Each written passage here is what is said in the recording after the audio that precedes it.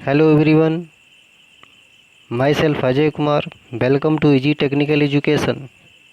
Students, today we will learn about resistance. आज हम resistance के बारे में पढ़ेंगे। जैसा कि आप सबको पता है कि रेजिस्टेंस को हिंदी में प्रतिरोध कहते हैं। तो प्रतिरोध का मतलब क्या है ये सबको पता है। प्रतिरोध का मतलब विरोध करना। प्रतिरोध का मतलब विरोध करना। तो किस चीज़ का विरोध करना? यानी कि धारा के प्रवाह का विरोध करना।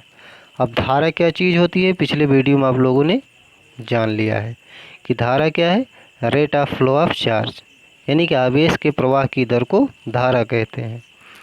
अब इसी आवेश की प्रवाह दर को कम कर देना किसका काम होता है? रेजिस्टेंस का काम होता है, यानी यही प्रतिरोध कहलाता है, जिसे हम कैपिटल आर से रिप्रेजेंट करते हैं और इसका नोटेशन कुछ इस तरह से होता है।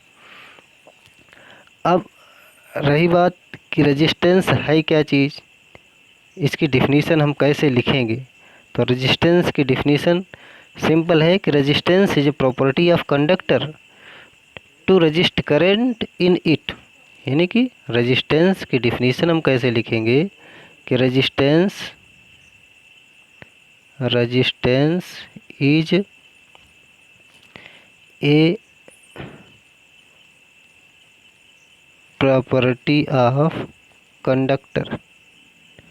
Resistance is a property of conductor to resist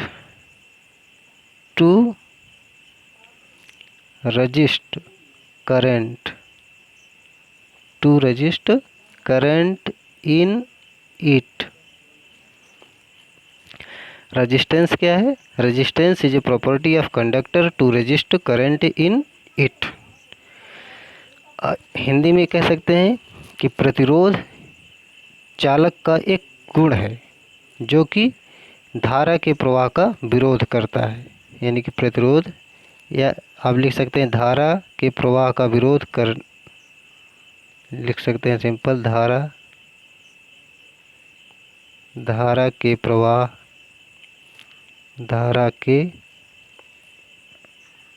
प्रवाह में बाधा उत्पन्न करना।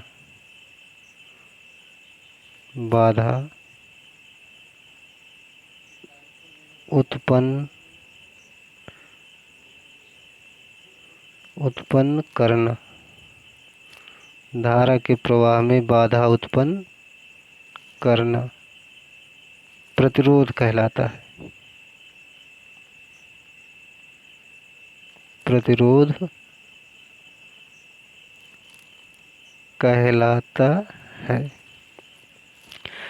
सिंपल सी डेफिनेशन हो गई कि धारा के प्रवाह में बाधा उत्पन्न करना प्रतिरोध कहलाता है। अब धारा के प्रवाह में बाधा कैसे उत्पन्न हो सकती है, यानी क्यों उत्पन्न होती है, तो इसे हम समझ लेते हैं क्यों होती है, कैसे उत्पन्न होती है। जैसे सपोज कर लीजिए आपका क्या है, कंडक्टर है। अब आप सबको पता है कि कंडक्टर यानी कोई भी पदार्थ बहुत छोटे छोटे परमाणुओं से मिलकर बना होता है। तो इन छोटे छोटे परमाणुओं के अंदर इलेक्ट्रॉन पाए जाते हैं। तो ये जो इलेक्ट्रॉन होते हैं, यानी कि इलेक्ट्रॉन अगर एक निश्चित दिशा में फ्लो करने लगे, तो इसी को हम क्या कहते हैं, धारा। यही आपने धारा की डिफिनीशन भी पढ़ी है कि rate of flow of charge is known as current. यानी कि धारा के प्रवाह की दर को, आवेश के प्रवाह की दर को धारा कहते हैं। तो ये जो इलेक्ट्रॉन है, ये अगर सीधे मूव कर जाए तो इसे हम धारा बोल देंगे। लेकिन इलेक्ट्रॉन सीधे मूव करेगा कब? जब यहाँ पर हम कुछ या तो एक्सटर्नल फोर्स लगाएं, या इलेक्ट्रॉन आसानी से मूव कब कर जाएगा, जब यहाँ पर बीच में कोई अवरोध ना हो। आपको पता है कि जो कोई भी मटेरियल होगा तो उसके अंदर बहुत सारे एटम होंगे, तो ये बहुत सारे इलेक्ट्रॉन होंगे। जैसे ही कोई इलेक्ट्रॉन एक एंड से दूसरे एंड पर पहुंचने की कोशिश करेगा, एक एंड से दूसरे एंड पे पहुंचने की कोशिश करेगा तो बीच में बहुत सारे इलेक्ट्रॉनों से स्ट्राइक करता हुआ आगे बढ़ेगा, लड़ता हुआ आगे बढ़ेगा, कोलिजन करता हुआ आगे बढ़ेगा। तो जैसे ही ये स्ट्राइक करता हुआ आगे बढ़ेगा तो धीरे धीरे क्या होगा, इस इलेक्ट्रॉन की वेलोसिटी कम हो जाएगी। अब वेलोसिटी कम हो जाएगी तो आवेश के प्रवाह की दर भी कम हो जाएगी।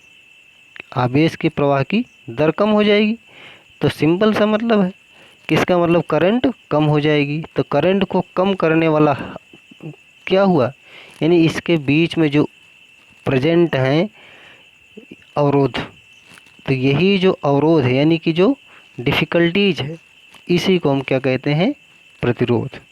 सिंपल सी बात है। तो प्रतिरोध क्या है ये आप लोग ठीक ढंग से समझ चुके हैं, प्रतिरोध क्या है। अब बात करते हैं कि factor affecting resistance, factor affecting the resistance. Factor affecting, आप लोग हेडिंग डाल लीजिएगा, फैक्टर अफेक्टिंग द रेजिस्टेंस,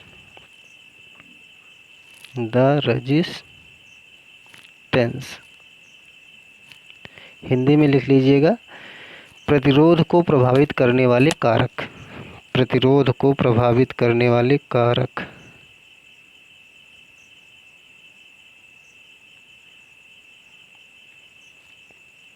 प्रतिरोध को प्रभावित करने वाले कारक।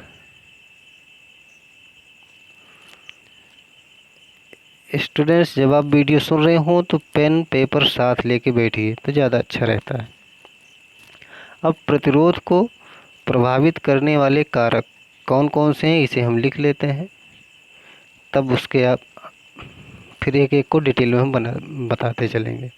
तो सबसे पहला कौन सा कारण है, length of wire, LENGTH, length. Second number पे क्या है, एरिया, यानी कौन सी एरिया, क्रॉस सेक्शनल एरिया।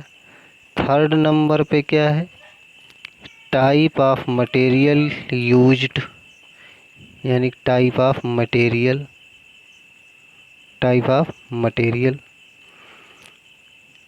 इसको हम रो से डिफाइन करते हैं। एंड फोर्थ नंबर पे क्या है, टेम्परेचर। फोर्थ नंबर पे क्या है, टेम्परेचर। अब हम एक एक को समझते हुए चलते हैं कि ये कैसे, ये चार चीज़ें हैं जो कि प्रतिरोध को प्रभावित करती हैं, प्रतिरोध को घटाएंगी या बढ़ाएंगी। ठीक, तो वन बाय वन हम डिस्कस करते हुए चलते हैं। जैसे पहला क्या है, लेंथ। फर्स्ट है लेंथ, हिंदी में लिख लीजिएगा लंबाई। अब कैसे लंबाई प्रतिरोध को प्रभावित करेगी, ये सपोज कर लीजिए आपका ये कंडक्टर है, आपका ये कंडक्टर है। आप लोग लाइन सीधी बनाइएगा। इस कंडक्टर के अंदर क्या है, बहुत सारे इलेक्ट्रॉन हैं। अब ये इलेक्ट्रॉन जब मूव करेंगे तभी तो करंट हो बहेगी। अब इलेक्ट्रॉन अगर मूव कर रहे हैं, ठीक, अच्छा, अब हम क्या करिए, इसकी लंबाई को बढ़ा दिए, लंबाई को क्या किए, बढ़ा दिए। आज लंबाई बढ़ा देंगे तो चौड़ाई कम हो जाएगी, ये तो पता ही है, किसी भी चीज़ की अगर लंबाई बढ़ाओ तो चौड़ाई कम हो जाएगी। अब जो चौड़ाई कम हो गई तो जो ये चार्ज के बीच की दूरी थी ये क्या हो गई, कम हो गई। अब जब चार्ज के बीच की दूरी कम हो गई तो जैसे सपोज कर लीजिए कि अब आप यहाँ से इलेक्ट्रॉन आपका मूव कर रहा है और यहाँ तक जाना है, जैसे ए से बी तक इलेक्ट्रॉन को जाना है। ए से बी तक। तो जैसे ही इलेक्ट्रॉन यहाँ ए से बी की ओर जाएगा, वैसे अब देखिए इसको बहुत ज़्यादा स्ट्राइक करनी पड़ रही है, क्योंकि बीच में गैप नहीं है। और यहाँ पर इलेक्ट्रॉन जो है बीच में गैप पा गया था, कम स्ट्राइक करना पड़ा, और यानी कि यहाँ पे संघर्ष कम करना पड़ा, डेस्टिनेशन तक पहुँच गया। और यहाँ पर संघर्ष ज़्यादा करना पड़ रहा है, यानी डिफ़िकल्टी ज़्यादा है, मीन प्रतिरोध ज़्यादा है। प्रतिरोध का मतलब ये है डिफ़िकल्टी, परेशानी। तो इसका मतलब आप कह सकते हैं कि जो प्रतिरोध है वो डायरेक्टली प्रोपोर्शनल है लेंथ ऑफ वायर के। तो R is directly proportional to L। सीधा सा मतलब है, अगर हम कंडक्टर की लंबाई बढ़ाएंगे तो प्रतिरोध बढ़ेगा। ठीक। अब सेकंड नंबर पे क्या था? सेकंड नंबर पे था एरिया। अब एरिया की बात कर लेते हैं। एरिया ये सेकंड नंबर पे था। एरिया को हम ए से डिनोट करेंगे। अब एरिया का क्या इफ़ेक्ट होता है इसे हम देख लें। अब ये सपोज कर लीजिए आपका ये कंडक्टर है, यहाँ ए टू बी आपका इलेक्ट्रॉन मूव कर रहा है, मीन करंट फ्लो कर रही है। अब हम क्या करें, इसकी एरिया को बढ़ा दें। एरिया को क्या करें, बढ़ा दें। एरिया बढ़ाने का मतलब हो गया इसकी मोटाई बढ़ा दें। मोटाई बढ़ गई। अब क्या होगा, अब ये जो चार्ज थे इनके बीच का सेपरेशन, गैप बढ़ गया। अब जो गैप बढ़ गया तो इलेक्ट्रॉन अब आसानी से मूव कर सकता है। मीन अगर हम एरिया बढ़ा देंगे तो रेजिस्टेंस कम हो जाएगा। सिंपल सा मतलब हुआ, परेशानी कम। तो यहाँ से लिख सकते हैं कि R is directly proportional to 1/A। ये आपका सेकंड इक्वेशन हो गया। ठीक। अब इसके बाद बात आती है थर्ड नंबर पे। क्या है कि type of material used. Third number पे क्या है कि type of material used. Type of material used, जिसको हम रो से डिनोट करेंगे, अभी हम बताएंगे क्या है। तो टाइप ऑफ मटेरियल यूज, जैसे कि आप सबको पता है कि जैसे आपका सोना हुआ, चांदी हुआ, इनकी रेजिस्टिविटी बहुत कम होती है, मीन कंडक्टिविटी ज़्यादा होती है, इसमें करंट ज़्यादा फ्लो करता है। ये महंगी धातु इसलिए हम इसका यूज नहीं करते। तो जिस मतलब जितने टाइप का हम मटेरियल लेंगे, हर मटेरियल का अलग अलग रेजिस्टेंस होता है। जैसे आप तुलना कर लें कि कॉपर और आयरन के बीच में, कॉपर और आयरन, चलिए हम कंपैरिजन करेंगे कॉपर एंड आयरन के बीच में। तो हम ये देखते हैं कि आयरन के पास ज़्यादा रेजिस्टेंस होता है। क्या? आयरन के पास ज़्यादा रेजिस्टेंस होगा। तो यहाँ से हम लिख सकते हैं कि iron have more resistance. Iron have more resistance than copper. Iron के पास कॉपर से ज़्यादा रेजिस्टेंस होता है। ठीक। तो इस तरह से हम देख लिए कि हम कौन सा मटेरियल यूज कर रहे हैं, ये भी डिपेंड करता है रेजिस्टेंस को बढ़ाने और घटाने पर। जैसे हम कॉपर वायर यूज कर रहे हैं और फिर आयरन का वायर यूज करें, तो हम देखेंगे कि आयरन के वायर में प्रतिरोध ज़्यादा होता है, बिजली कम मिलती है, बिजली ज़्यादा खर्च होती है, वेस्ट होती है, एनर्जी लॉस होती है। इसलिए हम कॉपर का यूज करते हैं, क्योंकि उसमें लॉस कम होता है। अब लास्ट वाली चीज़ है एक आपका टेम्परेचर।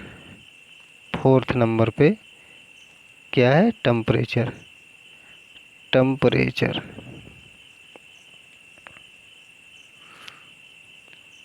अब टेम्परेचर का क्या रोल है, इसे हम देखते हैं। आप सबको पता है कि टेम्परेचर बढ़ाने से मटेरियल पे क्या इफ़ेक्ट होता है। तो ये सबको पता है कि टेम्परेचर बढ़ाने से मटेरियल की लेंथ बढ़ जाती है। ये रीज़न है कि रेलवे की जो पटरियाँ होती हैं इनके बीच में गैप रखा जाता है, या गर्मी के दिनों में आप देखते हैं बिजली के तार जो है नीचे लटक जाते हैं। तो सिंपल है, टेम्परेचर बढ़ाने से लंबाई बढ़ जाती है। आपने पढ़ा है कि आपके प्रतिरोध का लंबाई से डायरेक्टली प्रोपोर्शनल का नाता है, यानी कि अगर हम लंबाई बढ़ाएंगे तो प्रतिरोध बढ़ेगा, तो टेम्परेचर बढ़ाएंगे तो लंबाई भी बढ़ेगी, ये भी पता है आपको। यानी कि temperature is directly proportional to length. तो यहाँ से हम कह सकते हैं कि इसलिए temperature is directly proportional to resistance, और resistance is directly proportional to temperature. मतलब अगर हम किसी भी धातु का अगर तापमान बढ़ाएंगे तो उसका प्रतिरोध भी बढ़ जाएगा। ये तो रही बात फैक्टर अफेक्टिंग ऑफ रेजिस्टेंस, प्रतिरोध को प्रभावित करने वाले कारक। अब हम एक नई चीज़ पे डिस्कस कर लेते हैं, वो क्या है, रजिस्टिविटी। क्या, रजिस्टिविटी। अब रजिस्टिविटी को भी हम देखते हुए चलते हैं, क्या है रजिस्टिविटी। रजिस्टिविटी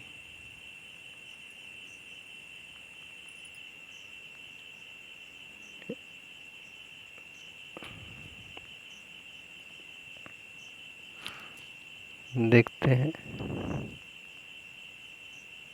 रजिस्टिविटी हिंदी में बोलते हैं प्रतिरोधकता। प्रतिरोधकता। तो ये रजिस्टिविटी होती क्या है, इसे हम समझते हैं। देखिए, जैसे कि अभी आपने देखा था कि आपका रेजिस्टेंस किन किन चीज़ों पे डिपेंड है, तो मेनली किन किन चीज़ों पे डिपेंड है, लेंथ और एरिया पे। तो पहला इक्वेशन आपने बनाया था कि resistance is directly proportional to length, and second equation आपने बनाया था कि resistance is directly proportional to area. ये दो बना था। तो इन दोनों से आपको मिलेगा क्या कि resistance by the equation 1 and 2, by equation 1 and 2 आपको मिलेगा resistance is directly proportional to L by A. यहाँ से मिला। अब इस डायरेक्टली प्रोपोर्शनल को हटाने के लिए आप क्या यूज करोगे, आप एक कांस्टेंट यूज करोगे। तो वो कांस्टेंट क्या है, R is equal to rho L upon A, जहाँ पे रो क्या है, यही आपका रेजिस्टिविटी है। इसको आप कोई इक्वेशन कंसीडर कर लीजिए। चलिए, 2 तक माने थे, इसको तीसरा मान लीजिए, इक्वेशन थर्ड। होयर रो क्या है, यही आपकी रेजिस्टिविटी है, या स्पेसिफिक रेजिस्टिविटी लिखिए आप, स्पेसिफिक रजिस्टिविटी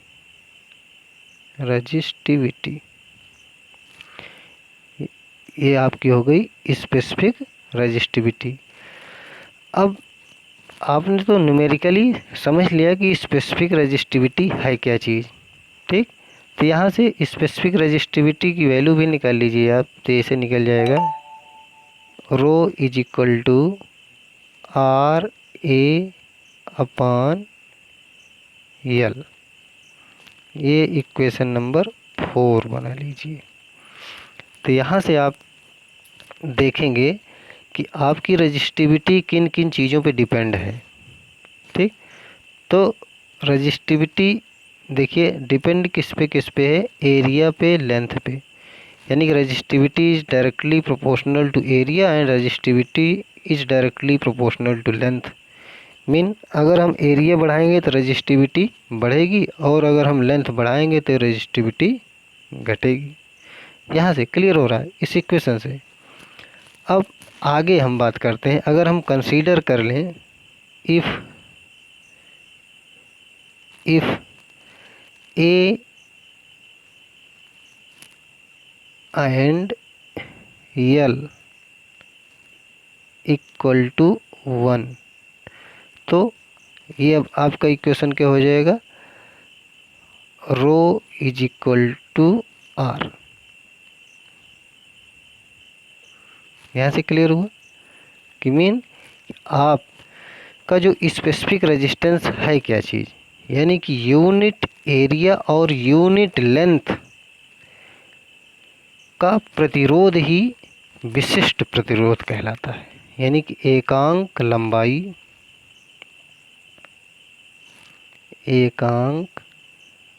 लंबाई और एकांक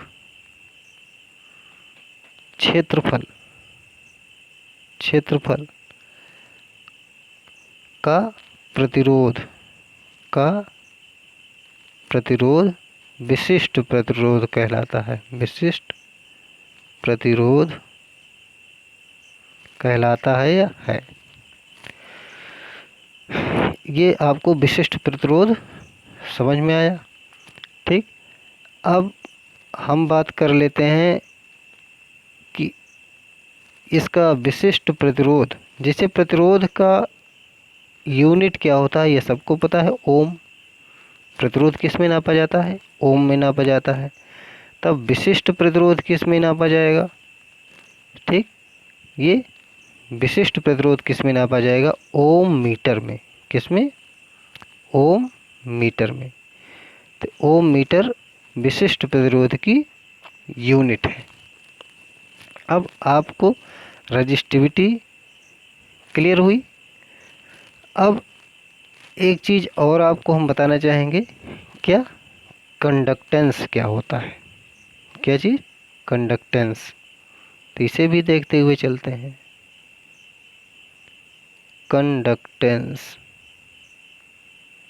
हिंदी होती है चालकता। कंडक्टेंस, ये चालकता क्या होती है, यानी कि ये रेजिस्टेंस का उल्टा,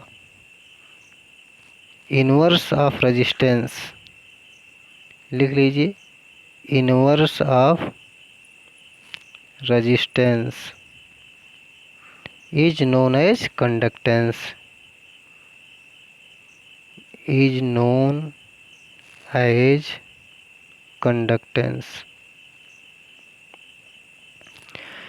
मीन प्रतिरोध का उल्टा क्या कहलाता है, कंडक्टेंस, चालकता कहलाता है। सिंपल सा, तो आप इसे लिख सकते हैं। कंडक्टेंस को डिनोट किससे करते हैं, इसे हम कैपिटल जी से लिखते हैं, ठीक। तो हम लिख क्या सकते हैं, mean R is equal to 1/g। R is equal to 1/g। ये इतना कॉन्सेप्ट क्लियर हुआ। अब अगर हम इस पे और ज़्यादा कुछ बात करें तो हमें फिर ओम्स लॉ पढ़ना होगा। चलिए, अब ओम्स लॉ के बारे में अगले वीडियो में आप लोगों को बताएंगे। तो आज हम अपना वीडियो यहीं पे ख़त्म करते हैं, और मुझे उम्मीद है कि आप लोगों को रेजिस्टेंस, रजिस्टिविटी एंड कंडक्टेंस ठीक ढंग से समझ में आया है। अगर किसी को कहीं भी कुछ भी टॉपिक समझने में दिक्कत हुई हो तो आप हमें कमेंट ज़रूर करिए। Thank you, thanks for watching.